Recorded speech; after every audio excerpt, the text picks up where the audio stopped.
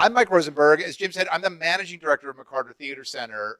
American theaters have a dual leadership model. So we have an artistic director that takes care of the art, and then we have a managing director that takes care of the commerce. And together we try to make magic happen here on a pretty regular basis. I've been here 4 years, part of that time in pandemic land and about half of that time pre-pandemic.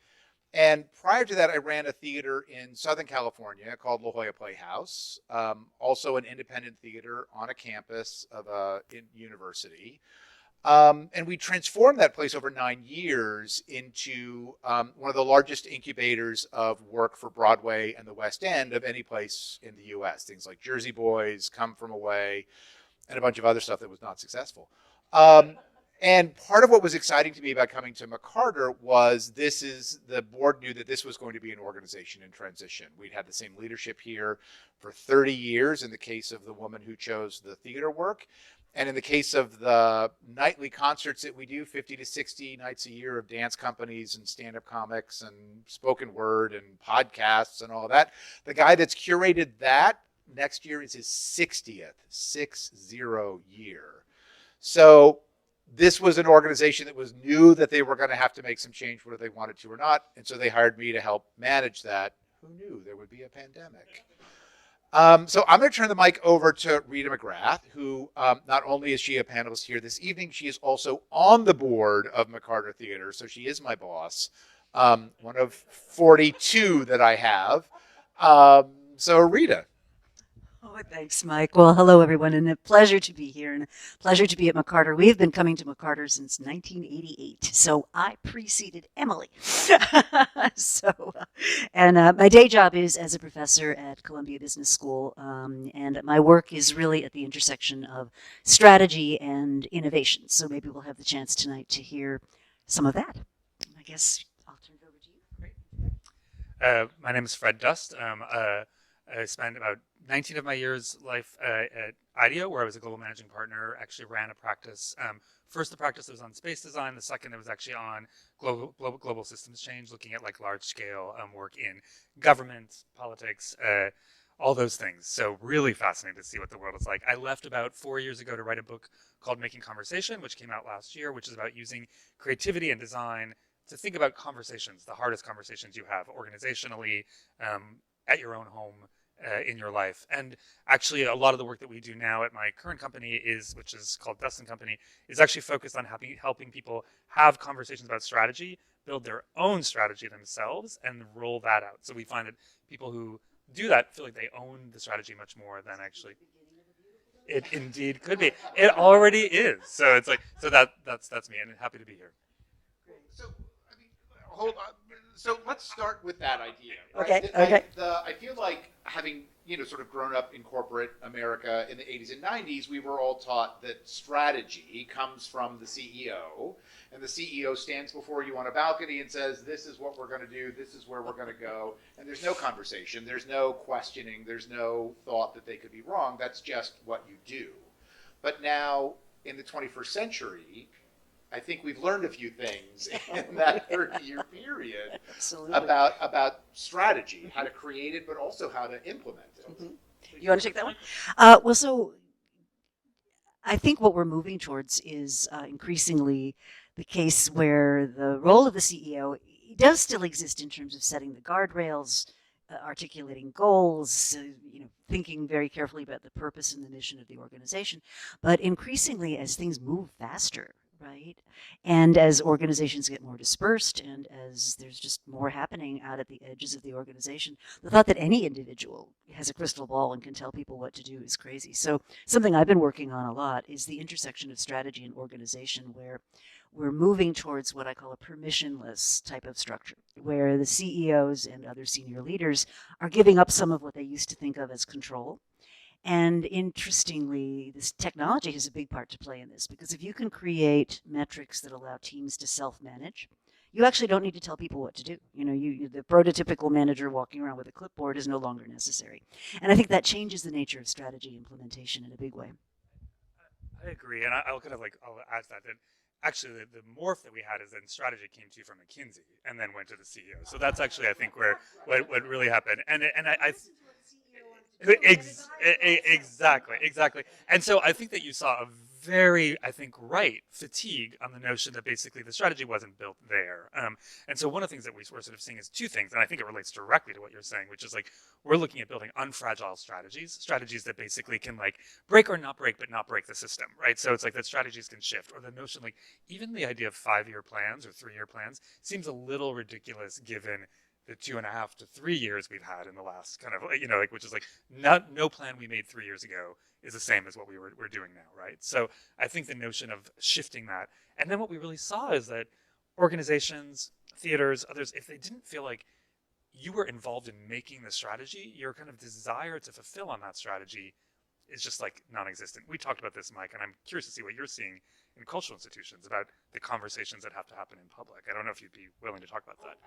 Sure, absolutely. I think as people are reminded that nonprofit organizations like ours are owned by the community. We are here to support the community, to be a place for the community, and we're having to open up our spaces and open up our decision-making processes in ways that none of us are really trained to do or have a lot of experience in, right? Like, again, we're very used to that artistic director model where the artistic director says, well, these are the 5 plays I want to do, and we're going to do them because I want to, and that's really all I have to say about that.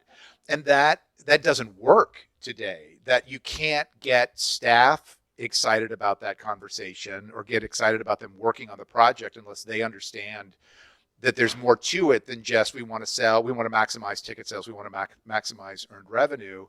And the community too, as the community has more options and places to go, they really want to understand what they're getting out of that experience beyond just, it was a fun night out in my space. Am I seeing neighbors? Am I making new connections? Am I, as we think about our strategic plan, and Rita's the co-chair of our strategic planning committee, is we think about how can our organization help our community solve problems, right? We're not missionaries. We don't want to walk into your place and say, we're going to do a play in your neighborhood and that's going to solve all your problems. But we do want to engage in that conversation to see where that intersection exists. So one of the things that Rita did with us as part of our strategic planning process that then impacted our budgeting process was this notion of you can't really do a 3 to 5 year plan because who the hell knows what's happening in 3 to 5 years. And so rather than risking my evaluation on the board with, no, we're going to sell 67% of our tickets at a $52 price, Rita worked with us on thinking about assumptions and evaluating our plan based on how we think about assumptions. Would you talk about that a little bit? Because that was not normal for us. It is a bit of a departure even today for a lot of people. So I have to go all the way back to the beginning of this idea, which is discovery-driven planning. And it began in the 90s with a set of mysteries I was confronting, which is so many like super smart, really talented companies that you would think knew what they were doing would go into areas that were new to them and just flame out. Euro Disney, for an example, Webvan. This is back a while ago, right? Revlon's laudable attempt to make ladies, cosmetics for ladies of a certain age, whom it turns out were not amused at being reminded of this at the cosmetics counter. And one of my all-time favorites, Trojan's very laudable effort to make condoms in variable sizes.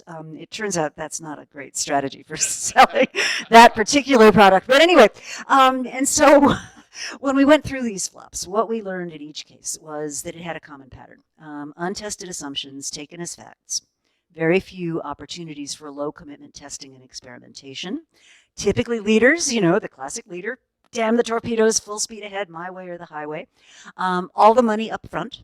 All the people up front, all the pressure from the board to deliver this thing in the time and budget that you said you would, and all that stuff when you are sculpting smoke. And so it got us down this track of saying discovery-driven planning is not undisciplined, but it is really different. And so the way you build one is you start off with, what does good look like, right? And then you work into what we call a reverse or upside down income statement. And that then leads you to very specific questions about, well, what does that imply for how many delivery trucks we need to have, on Route 95. And that then allows you to document your assumptions. And then what we do is we roll the plan out by checkpoints. So what we're doing at McCarter and at many other organizations I've advised is we say, well, look, I can't tell you if it's a $55 billion opportunity or not, but I'm willing to spend 20 grand to figure it out. And so maybe the first step is we'll do some initial customer interviews or something that will teach us something. And then at that checkpoint, we stop and we say, what have we learned? And then we plan the next checkpoint. So it's taking these big, hairy things down and breaking them up. By the way, this is not a phenomenon that's gone away. So Anheuser-Busch and Keurig, I don't know if you saw this one. It's a thing called DrinkWorks. They decided that what we really wanted was coffee in pods in the morning and booze in pods in the afternoon. It was called DrinkWorks. They employed 180 people at their peak. They spent millions on this thing, and they shut it down without ceremony in December. Then we have Zillow believing that algorithms were going to help them flip houses more economically than the average bear, and turned out not to be true. And then, CNN Plus. I mean, and so this has not gone away, and I think it's just important for us to begin to think about this in a way that's disciplined. I mean, I think that the thing we're really learning at McCarter is you don't have to take huge risks. Like, you can be very uncertain, but it doesn't have to be really risky. So Fred, something you said in your introduction about conversation, right? So I think this is a really interesting marriage, because I certainly understand what it's like to sit in a room or to sit on Zoom with Rita and sort of mark this out and plan it out and sort of go, great, I'm going to risk 20,000 on a film thing that we're going to stream. But that's just Rita and me in a room, right? So how do you then create that bigger conversation and that engagement and buy-in from the different stakeholders? Well, and I think there's something interesting to note here, which is that your stakeholders are actually really shifted as well. Your stakeholders now, they always have been, but they're your audience, the people who come, who actually feel like they probably own you, like they're a piece of that. And so what I want to kind of hit on something that Rita talked about yesterday that I thought was really interesting that relates to the work that we do, and then I'll come back to your question, which is you talked about weak signals. And we were talking about this a little bit before, I can't remember who I was talking about with this, which is kind of like, why is this happening? Like, what is it that's making the people like entropy, right? Exactly. And the problem is that there is no big signal that's going to tell you what is happening. It's all weak signals now. And you've got narratives that are plastering over whatever those weak signals are. So it's we know this, kids can make content at home, it's there's no new things here. And so for us to find these weak signals is harder and harder and harder. And so for us, the reason that we think about conversation, and I say that convenings, gatherings, dialogue, whether it's individual small groups, things like this, is that those are the chances for you to hear those weak signals when they're out there. And if you're not out there, not trying to change someone's mind, and that means everything, because in most cases, I'm meeting with you and I'm like, let me change your mind. Let me understand why you're voting wrong. It's those are the things. Then immediately that turns off the conversation. You can't hear what's really happening. And so you need to come there basically saying, I'm committing to hearing what's happening out there in the marketplace. And even that's just people talking to my neighbors, talking to experts, talking whatever. And so one of the things we work a lot with, and I do this in public, is we work with hunches. So we'll ask hey, and I'm not going to put you on the spot, but Rita, what's a hunch you've got, about what's going to shift in the next year or so? If you have one, I'd be... Lots. Do you have one? Well, interestingly, with the potential reversal of Roe v. Wade, I think what you're going to start to see is an incredible backlash on the other side, many of which will produce unintended consequences. So I could easily see, now that we have the power of DNA to determine paternity of anybody, you don't have to be a rocket scientist to think that eventually the side that's sort of, not particularly enamored with this decision is going to be coming up with countermeasures, right? And that's not that far-flung a hunch, right? And so what's interesting, you throw a hunch out there, and we talk about confirmations and complications. We'll ask somebody to confirm that or complicate that using evidence, and that evidence can be something in their lives, something that they've read in the white paper, something they've read in the newspaper, but gradually that hunch can become a hypothesis. And then for you, who's working in pharmaceutical, right, it's you can say well, that becomes a very valuable hunch for us to identify. So what we believe is that when you have these conversations in public and are testing these things out, you get maximum amounts of information that comes in different ways. You're starting to see these weak signals and being wait, there's something significant here, and that's impactful. And then the same thing with the institution itself. So when then you're rolling out a strategy, you're let's test this. What are we hearing? I put this idea that we're going to be a theater, but we're a broadcasting company. And you're yeah, we don't have the mechanisms for these. So it's you start to listen to the way that happens. So what we're really trying to do is construct those structures that allow you to do that in the public, and then in your institution, with your board, in other ways, actually.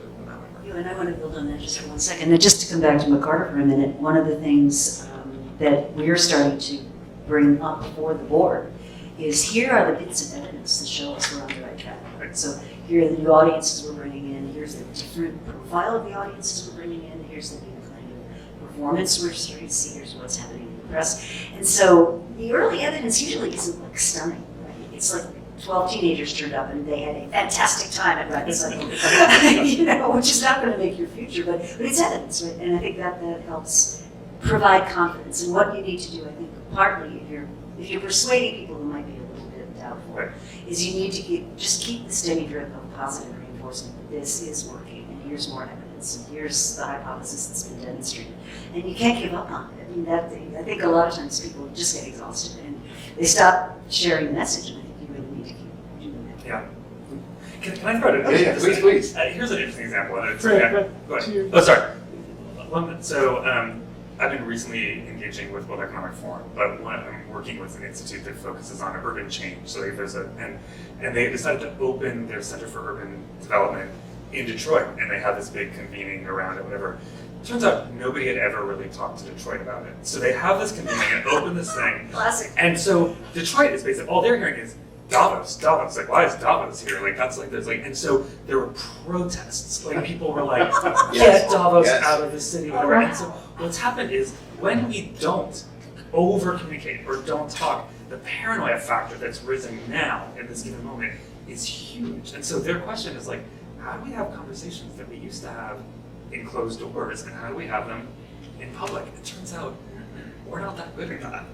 So it's like, no, I mean, it's really scary to have those conversations in public, right? And it really, and also I'm not trained to facilitate those kinds of public conversations and deal with the sort of all of the different directions that conversations can go today.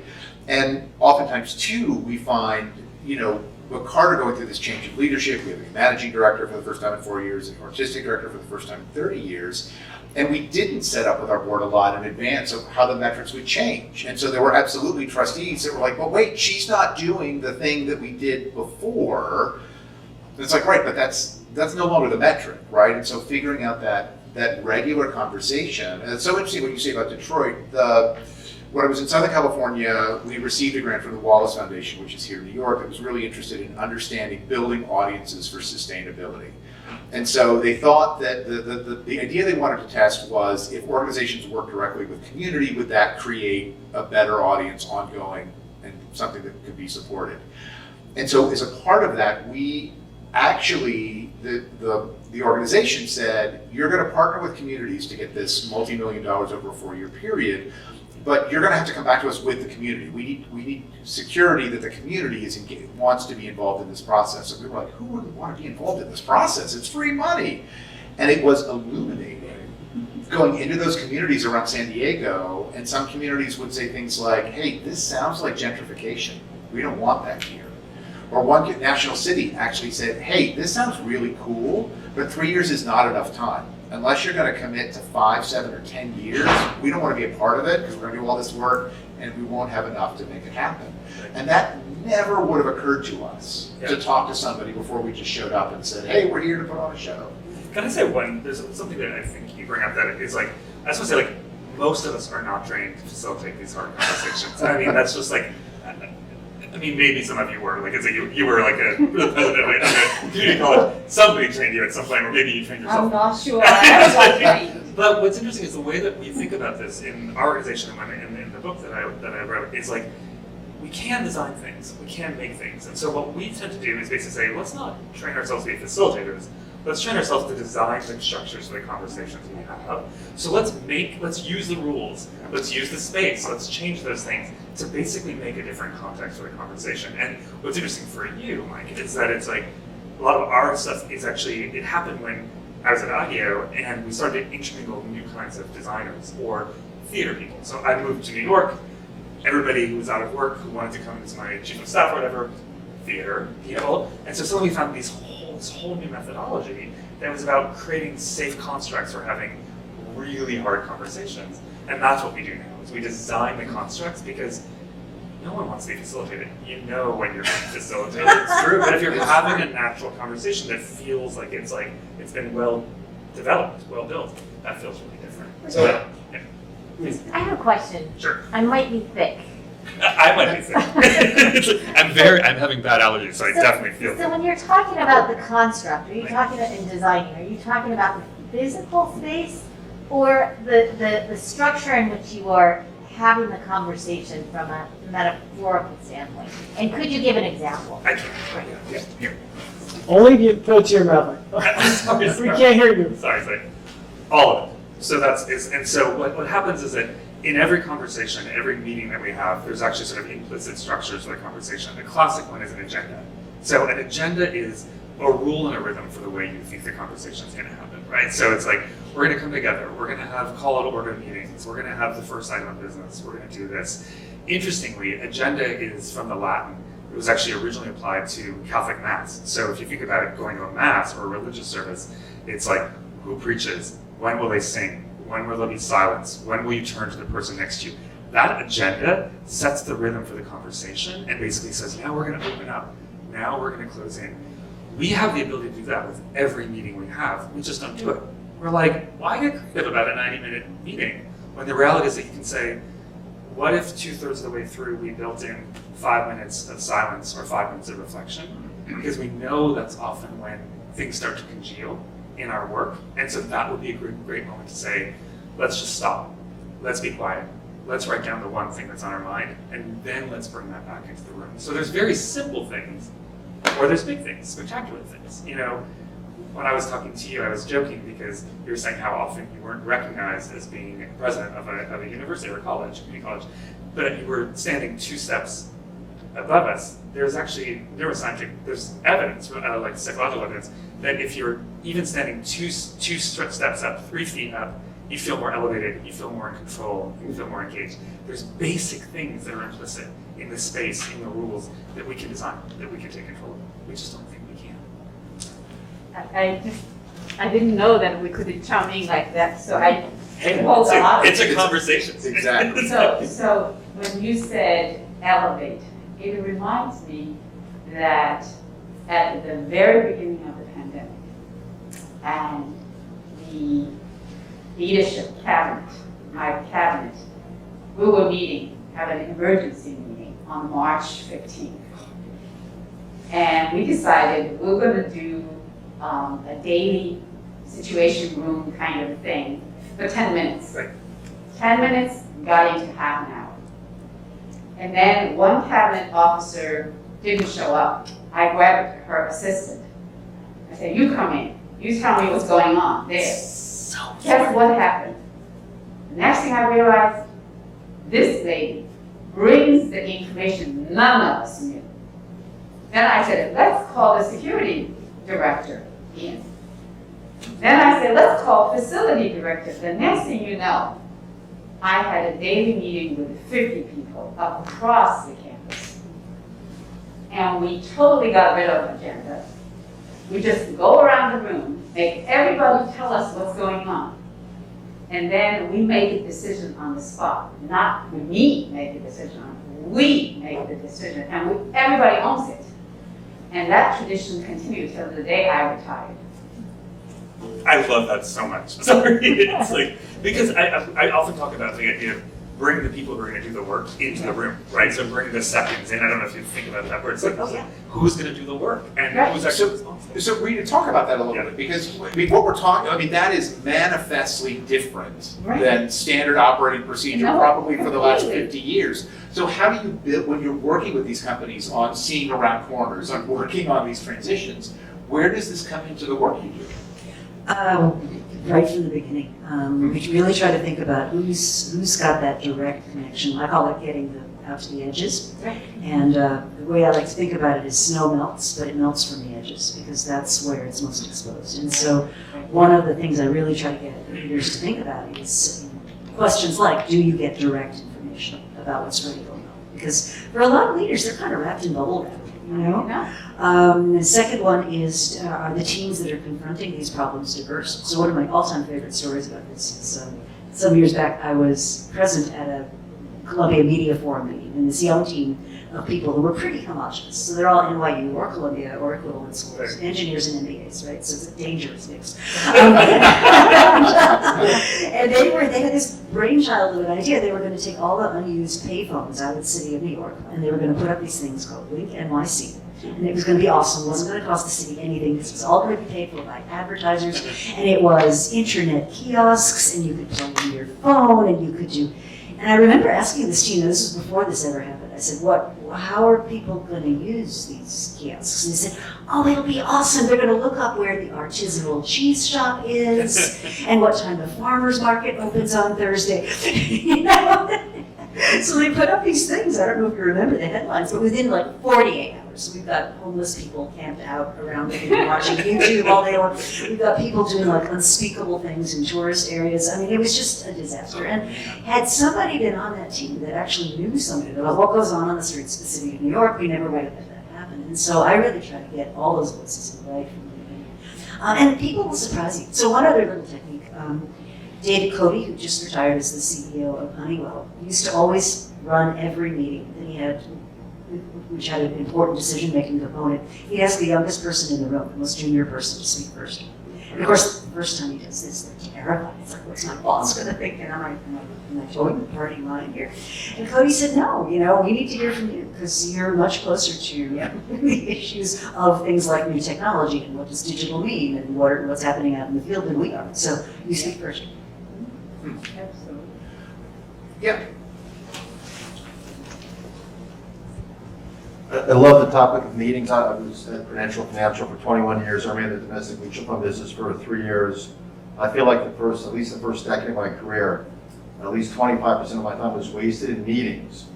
And the way they use meetings, and I know some of that still goes on, is there a general lack in corporate America of how to structure meetings, how to utilize them, and how do you overcome that? Because I went crazy, and I used to block my schedule when I had a big job running the domestic mutual fund business. I had my secretary block out 3 hours a day for strategy planning to keep my boss from pulling me into meetings. I couldn't work half the time until 5 o'clock. I could start getting stuff done. I was pulled into so many meetings, and I assume that's a lot of corporate America. Just be curious to hear about your perspective on what's being done to change that, and who's the model for fixing that. So I'll start, and it's like, but yeah, I mean, I think what's really been interesting is that, and I think your example is a great one. Is that we had a kind of break moment like 2.5 years ago, and it was very funny. So my book was not out yet. It's classic. My publisher calls me and she's like, "Oh wait, you have a day to write a chapter on how to have a meeting during a pandemic." And I was just like, "Great!" Like it took me a year and a half to write this. It's like, awesome. But one of the things that I actually built really quickly was like some really simple principles, and one of them was basically like, if you're not needed in the conversation, don't come, which gives you time and makes everybody else kind of more effective. So it's like there's simple things like that. One of the things that I look at is like choose the medium for the work that needs to be done. So there's work that you can do in, say, a Google Doc, for instance, or in some other virtual design thing that's actually more powerful than you being together in a room and will still give you a sense of kind of connection and commitment. So one of the things that we encourage our clients to do is like really rethink. We have like sort of 5 principles of how to rethink meetings, what you come to, how you do it, what the meeting is. Like there's better, I don't know if you, but it's like there's moments where just like the best thing to do is pick up the phone. Oh, yeah. Absolutely. Yeah. And we don't. It's kind of funny thing. So some examples of how we're sort of seeing it get redone. But yeah. Sure. So I can give you two examples, one from history and one a little more recent. So the one from history is actually from the days when GE was trying to go through its major rethink with a program they called Workout. And I happened to be working with the most glamorous division of GE. It was their distribution business. These are guys that drive trucks and deliver light bulbs. Like, could I get jet engines? No. The people you really want on your side right now, though. So. No. This is true, actually, now that I think about it. But anyway, so we actually did a workshop around this. And what we said was the top people have to make an example for everybody else. And so we tackled 3 things. We tackled meetings, reports, and approvals. And day 1 was meetings. So we made everybody bring in every meeting that they've been to for the last month and justify it. So like, why are you having that meeting? Day 2 was reports, and you'd see, this was back in the day, and you'd see people show up with this 3-inch stack of computer printout, and we asked them to highlight what information they actually used to make a decision, and there'd be one inch highlighted on the bottom. And then the third day was approvals, and what you found, and this is very related to our conversation about devolving authority, which is the approvals would go to the senior guy at the end of the day, right, and he'd sign it, flip the page, sign it, flip the page, didn't read it. I mean, it wasn't a real approval. The thing is actually approved by the person that actually did the work. So that's one. A couple of other things that I do. So I run a course, a 1-week course on leading strategic growth and change. And in that course, I have to create these working groups where people bring in a personal case. And so the very first time these people get together, and I have them have a meeting to discuss their stuff, I make them go through an exercise called How to Have a Lousy Meeting. And they write everything that makes a meeting completely soul-destroying on a Post-it note, on a sheet of paper. And then I make them post that thing in their meeting room. And then what I do is each time they get together, I assign 3 roles. So one role is the timekeeper. One role is the process checker. So that's someone who keeps an eye on the list and makes sure people get equal time and stuff like that. And then one role is a scribe, and I ask them to rotate that every time. And just that light touch amount of structure, it's amazing. It transforms the context. So that's something you can actually use. Third thing that I think is subtle. Well, no, it's not subtle, but it's a way of bringing people's attention to meetings. Is at Bloomberg, their beautiful headquarters in New York. In order to reserve a conference room for a meeting there, you have to tell the system who's coming. And so what they do is in the background they have a calculator which figures out that person's cost to Bloomberg per minute. And there's a thing over the door in the meeting that it ticks on and it shows you how much this meeting is costing you. All right, we're definitely putting that in place of McCarter. And so I hear these things, right? And yes, of course, that would be great, and that would. But I also know the resistance to making that change, right? There's structural resistance. I know that my boss is going to evaluate me based on certain KPIs that are based on the meeting structure that I have. As you think about how you help companies make these changes, implement these ideas, what are some of those tricks that you help with?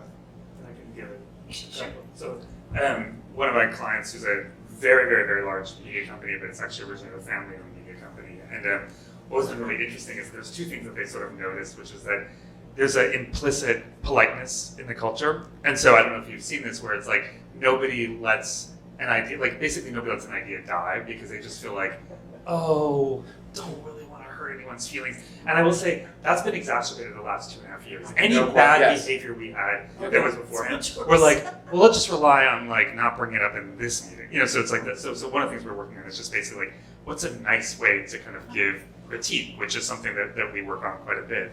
But I think the other thing that has been really interesting is we have a program with them called Towards Fewer Words, which is how compelling a case can you make in the fewest amounts of words. So we teach people how to basically refine.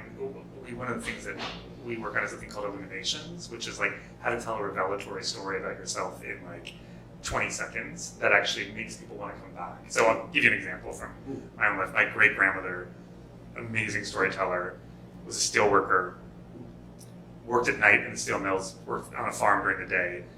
When I was a kid, I would sit with her in a swinging chair, and she would basically tell me the story about how one night she was walking home or one morning from the steel mills, and she saw this thing coming out of the sky, and she was like, what is that? Came closer and closer. She was so tired, she just wanted to die. And suddenly she realized it was Jesus, and he winked at her, and that was it. She had the strength to go on. So that, to me, is the perfect story, because it's super short. It gives you something about her. You know a bunch. It revealed she's hardworking, that she had faith, all these sort of things. It left you at a surprising moment where you're like, I want to show up tomorrow and hear what she has to say at the swing tomorrow. And basically kind of you're really connected. You're sort of you're addicted to her, and it illuminated a value. So we look in the business context, the same thing. How quickly can you tell a story? It's not a pitch. How can you entice somebody, get somebody to want to show up, want to be there for the idea? And that's some of the work that we're doing. And I think that's, honestly, you should be able to do that in theater. That's whatever. And it's but it's this incredibly powerful micro tool, which is how short and how compelling and how much of does it make you be I want to help you even if I don't know where this goes. And I think that's kind of one of the things we work on. I'll add one more quick thing, which is when you think of the indicators that we use to drive decisions and drive behavior, there's 3 buckets that I always look at. So the first is lagging indicators. Great information about stuff that's done. You can't change it.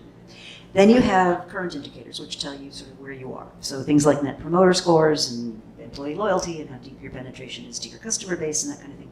And the hardest thing to get a hold of is leading indicators. And they often take the form of stories.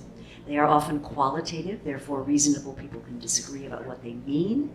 And most frustratingly, the measure of a leading indicator is not whether it was predictive, it was whether it got you to take an appropriate action in time. And my favorite example of this is the Y2K thing, right? I mean, we programmed computers all over the world to believe that the world began in 1900 and ended in the year 2000 when 1900 started again. And you know, if you go back in time, right, the stories that were being told were apocalyptic, right? Airplanes were going to drop out of the sky and nuclear plants were going to become unstable and we should move to Montana and stockpile wheat. And so the big moment comes, the year 2000 happens. What happened? Nothing happened. Why did nothing happen? We took that early warning very seriously. And I think there's almost a rhythm to how you can tell a story that gets people focused on the right thing. You know, because I think what you're talking about, Mike, is people are obsessed with lagging indicators. You know, that used to be the way things were. Yep. That's such a great. No, that's it. That's exactly right. And McCarter has an executive committee meeting tomorrow where we're taking the next step in getting a budget approved. And actually, the majority of that meeting is going to be about the lagging indicators are not predictive of where we're headed. Right? The world is so completely different than where it was in 2019 that if you look at, well, you're increasing the number of electricians you have, the number of scene painters you have, it doesn't work, right? But you're so right about theater and this storytelling, and this was something that we were starting right before COVID began, where we were reaching out to some corporations locally to say, listen, we think there's real value in utilizing theater skills as life skills. Can we help your team tell a story better? Can we help your team understand when they're standing up and giving a presentation or when they're going through a pitch deck, what that hand gesture, like how the visualization of everything happens? We were able to do a couple of experiments before the world shut down. And I think definitely as we reopen again, there are a series of those exercises that we're going to be bringing out into the public. And I just don't want to go back to the very beginning. I didn't think that we could interrupt you when you were talking about the strategy and innovations, if I may. So as we democratize decision-making, this is what we're talking about, because it's no longer CEO sitting in the C-suite corner office, looking out the big window, make a decision, and bang on desk, march, this is what I want. We can no longer do that. I wish I could do that. But it also brings up questions in my mind. So you democratize the whole decision-making process. You empower a whole lot more people than your cabinet. Are the people you are counting on to execute strategies, make innovation happen, how do they get the right thinking, right information, and the right way to express themselves? Like you said about the most junior person gets to talk first. So that's my question. How do you, democratizing the entire process, not just listening to their talk, make sure they say the things that with adequate information, because as you mentioned about short span of attention and not being able to grab the information that they need. So all those things come into play in order for innovation actually to happen. Okay, you're going to answer that, and then we'll do lightning questions. You don't need the mic, okay? Real quick. Yeah. So I think the cutting edge is really changing the way that we use structure. And if you think about classic organizational structure, it's all around control, because it was all around controlling assets, and it's all around making sure those assets didn't get wasted or whatever. Where I think we're shifting to is a recognition that if you can put the right data-informed, metrics in place that you actually don't need middle managers. And you don't need people telling other people what to do. Teams will absorb jobs as their skills and capabilities suit them. Now, you still need strategy. You still need grown-ups in the room. I'm not saying you don't need that. But I think the way that we're using technology is actually eliminating a lot of what managers used to have to do. So we're seeing radical delayering. We're seeing radical use of small, single-threaded teams that have all the capabilities that they need. So instead of going from marketing to operations to, finance or whatever for a series of approvals and waiting, we're seeing these intact teams solving problems right at the coalface on their own. So that's how you solve both the information problem and the structural problem, I think.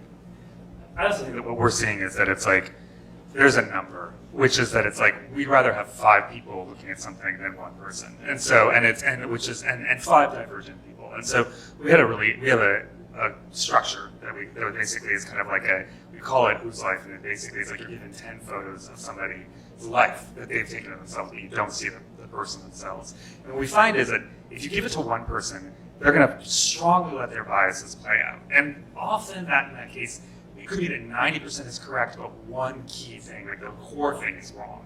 So one of the things I remember doing this once with a CEO, where he was basically like, obviously a woman, because no man would take a picture like this of a baseball game.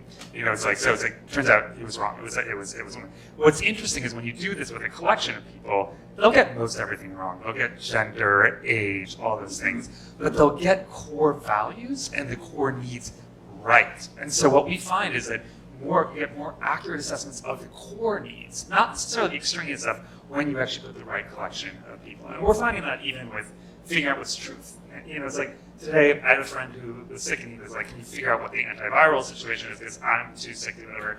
And I was realizing, as one person, it was really hard, but getting 3 people together to do the kind of insight and research allowed for a much better way to kind of begin to solve that. So honestly, it's a time for thinking about ourselves as like, any core individual has bias. When you start to break into 3s and 5s, you get really different kinds of thinking. So. No, I'm happy to hear that sort of data support. The company I ran before here, we were creating a new line of business, immersive, site-specific theater. And we wound up sort of, theaters tend to be very siloed. We have a marketing staff, a fundraising staff, a finance staff, and those staffs tend to be all the same, even though the marketing staff looks different than the fundraising staff, but all of them are the same in those silos. And so we put a subcommittee together that was a group of mid-level people from every department that worked together on what this was, and it moved us forward faster. We had much better data, much better analysis of what was possible, in a way that never would have happened if we just turned it over to the artistic department or the marketing department. That's really interesting to have that data back up. It's been really fascinating to play with that. The gentleman in the back we're moving to lightning Quick questions. questions, quick answers.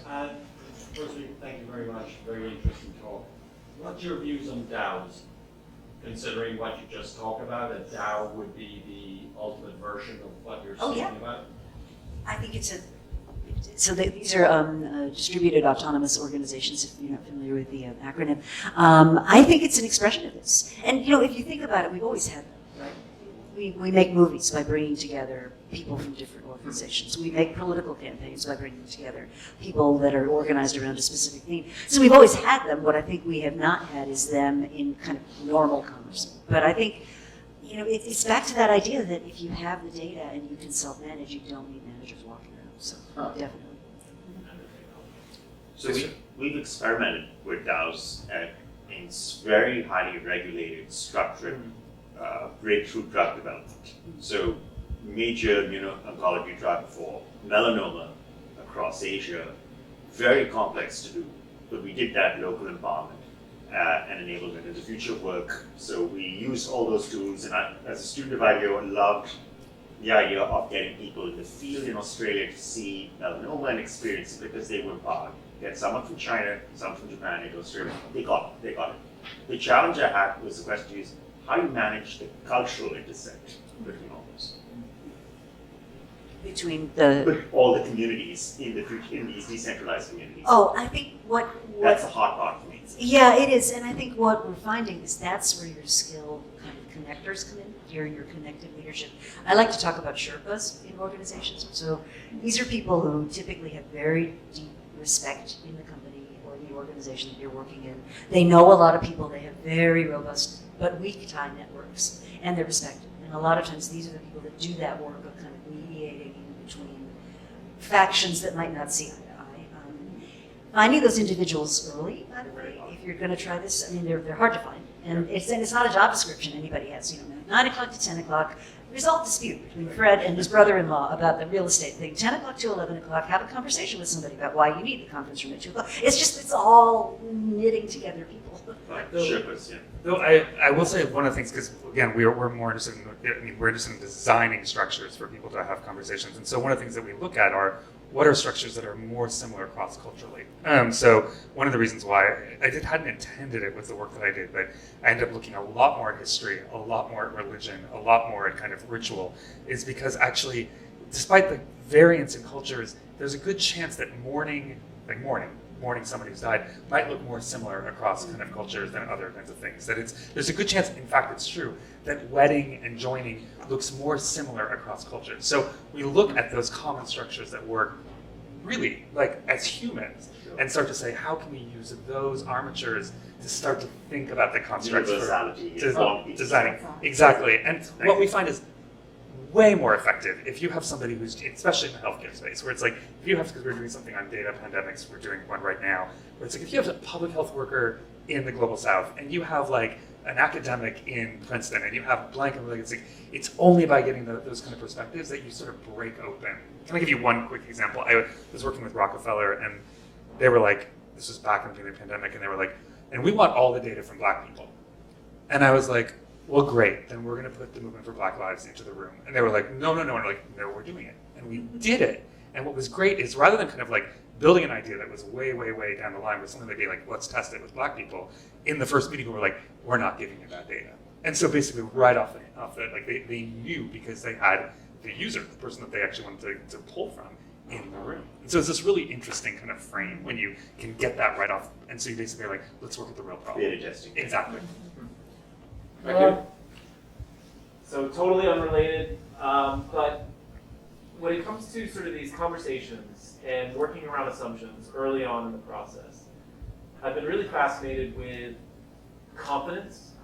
And when you have individuals who just have super high confidence, and how we're sort of programmed to be enamored with confidence, to a point where, oh, well, you don't doubt this at all, so I'm going to follow you.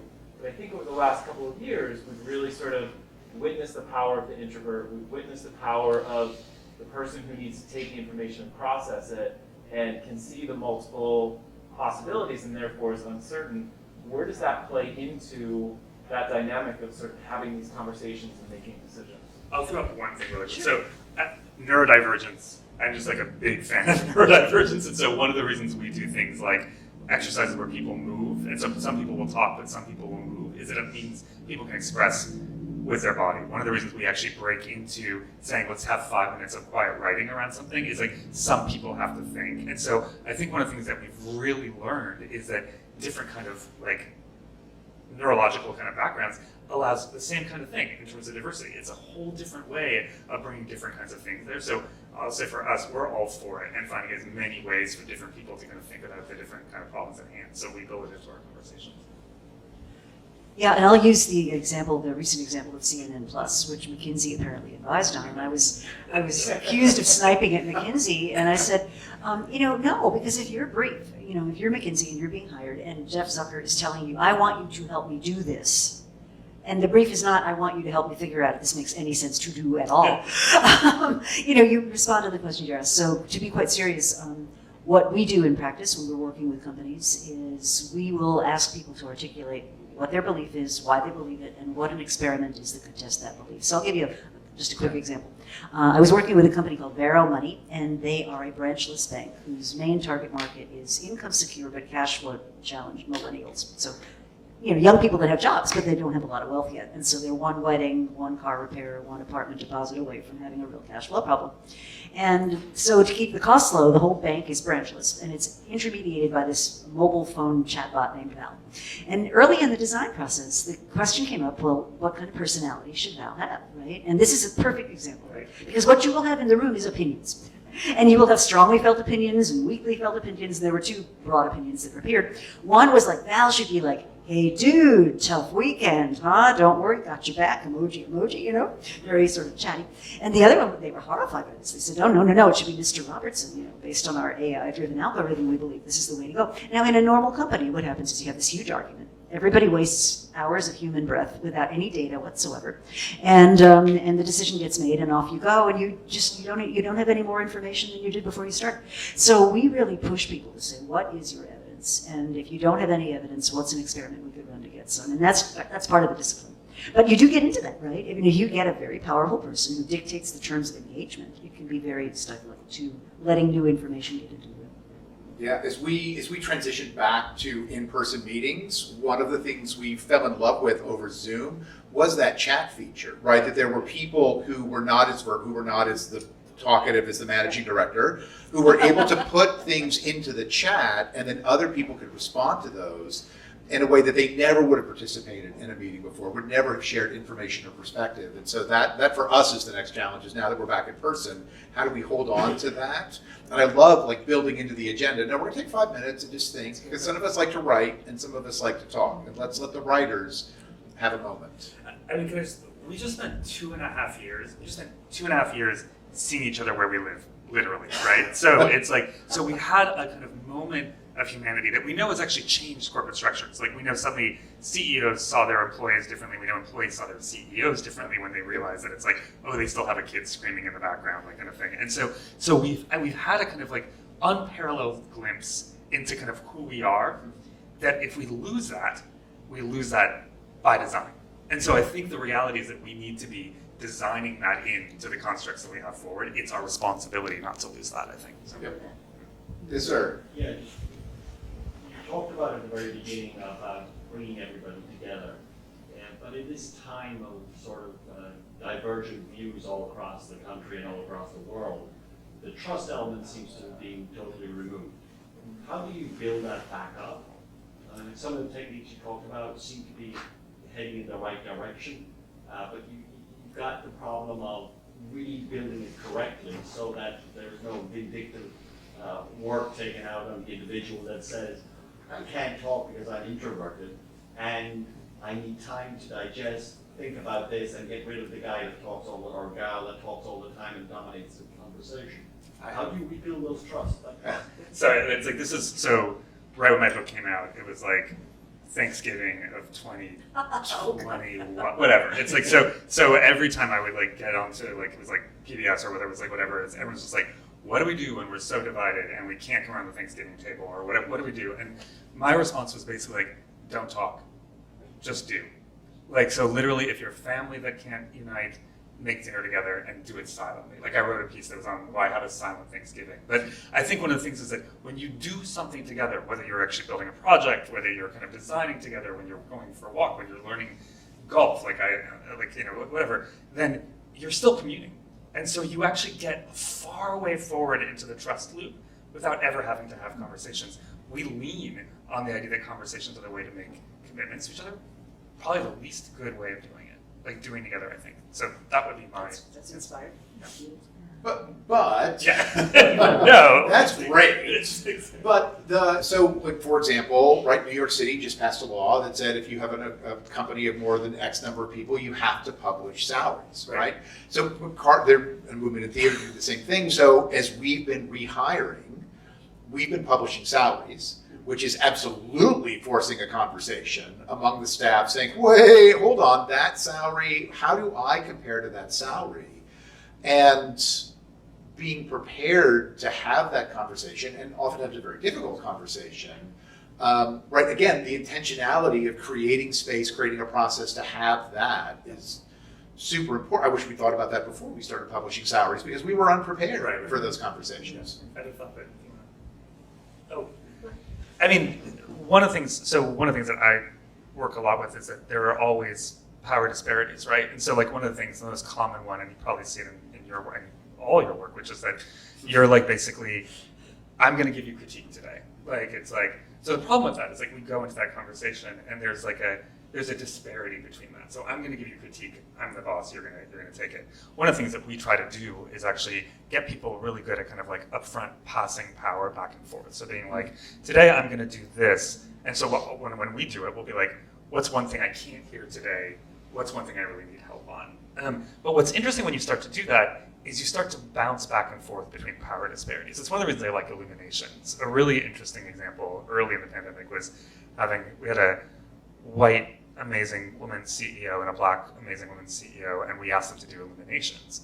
And the white CEO was like, we basically like, what were you like as an adolescent? And so the white woman CEO was like, well, as an adolescent, I was 6 foot tall and I was made fun of mercilessly. And so she's still 6 foot tall, but it's like whatever. And then I remember the black CEO being like, I had just discovered my hair and I felt unbelievably powerful. And so this notion of where there would be disparities was actually flipped on its head. Suddenly you had somebody who was like, wait, you were not confident, you were confident. And so I think we need to be continuously flipping these back and forth. And it's okay to sort of be like, let's stop for a moment. Let's get to know each other. Let's talk about this before we talk about this. Because that's what we do. It's our job. But yes, but now you take the really hard part. because so like absolutely right, and I feel like building into your plan space and time for those conversations, right? Like I get pulled into 7,500 meetings a day from the board, from the staff, from the university, and like this is like having that conversation thoughtfully, but also having time to reflect on it, both in terms of what I've learned about you and what I hope you've learned about me. Where in my work-life balance am I building that into my plan? Yeah, and we're huge advocates for allocating time for that. On the salary thing, this is another thing that I think is really shifting. And I'll give a couple of quick examples. Netflix, for example, they ask their teams, their employees, to interview with outside firms because their position is, we want to pay you very fairly. We want to pay you, I forget what the percentage is, but just above market for your role because we believe in high talent density. And it's hard information to get if we don't have an actual offer on the table from some other firm. And then if you decide that's a better place for you to work than Netflix, we're prepared to lose you.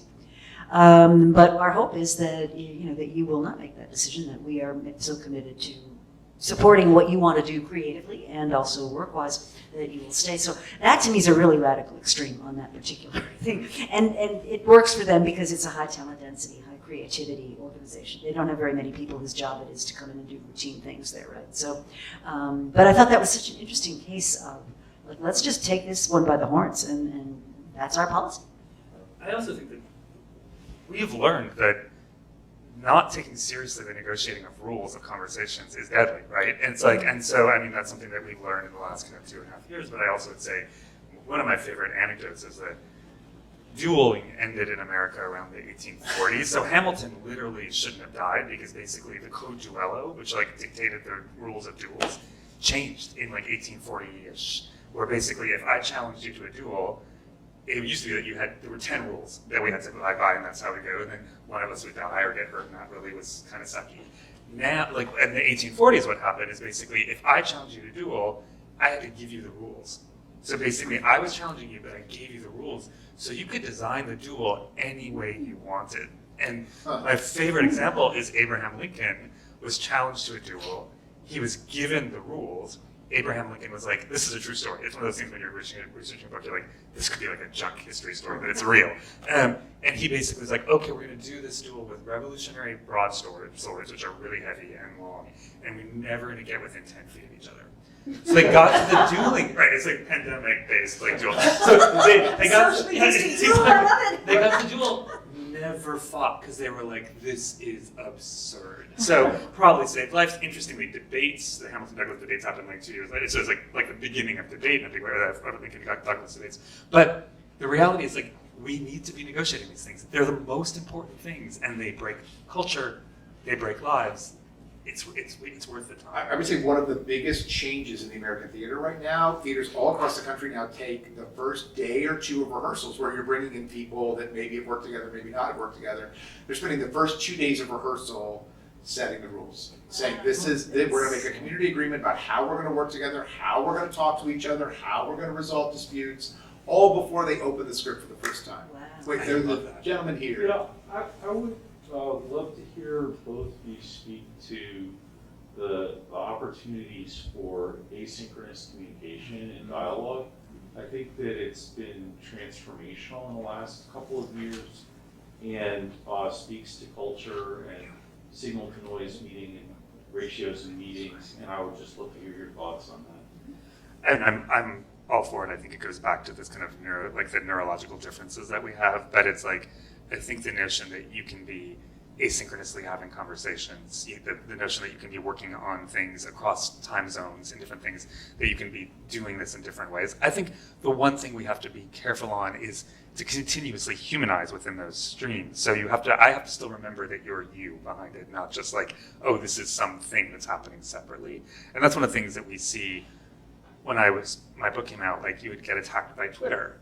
And basically they were like, don't respond to the Twitter. And I was like, well, I have to, because that's actually like, that's what I do, is like talk back to whatever. And so like, the very first thing was like vegans being like, I got a big McKinsey backlash. Like everyone was like, how can you be like supporting a McKinsey? And I'm like, dude, I'm like just was interviewed by McKinsey. It's like, but what I would find is I would reach out to like the vegans who would get angry at me on Twitter, and I'd be like, hey, like, want to talk about it? More than happy to talk about like whether I should be a vegan. And like, it immediately disarmed.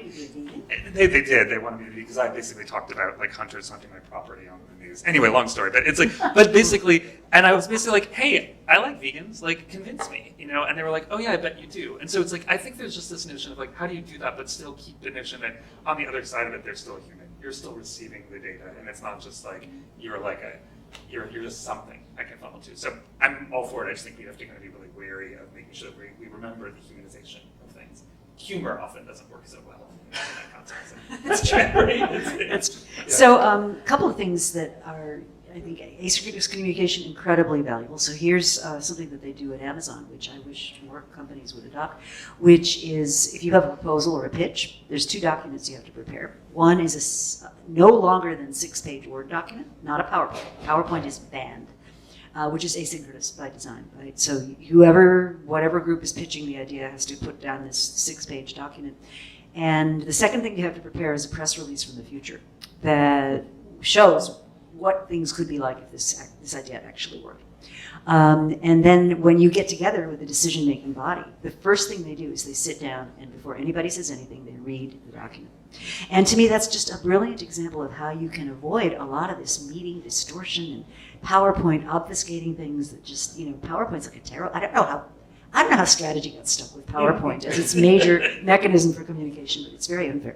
But I love the Amazon approach, and I keep trying to talk companies into doing it, and it's hard to get them to do it, because to write a thoughtful 6-page document is not easy.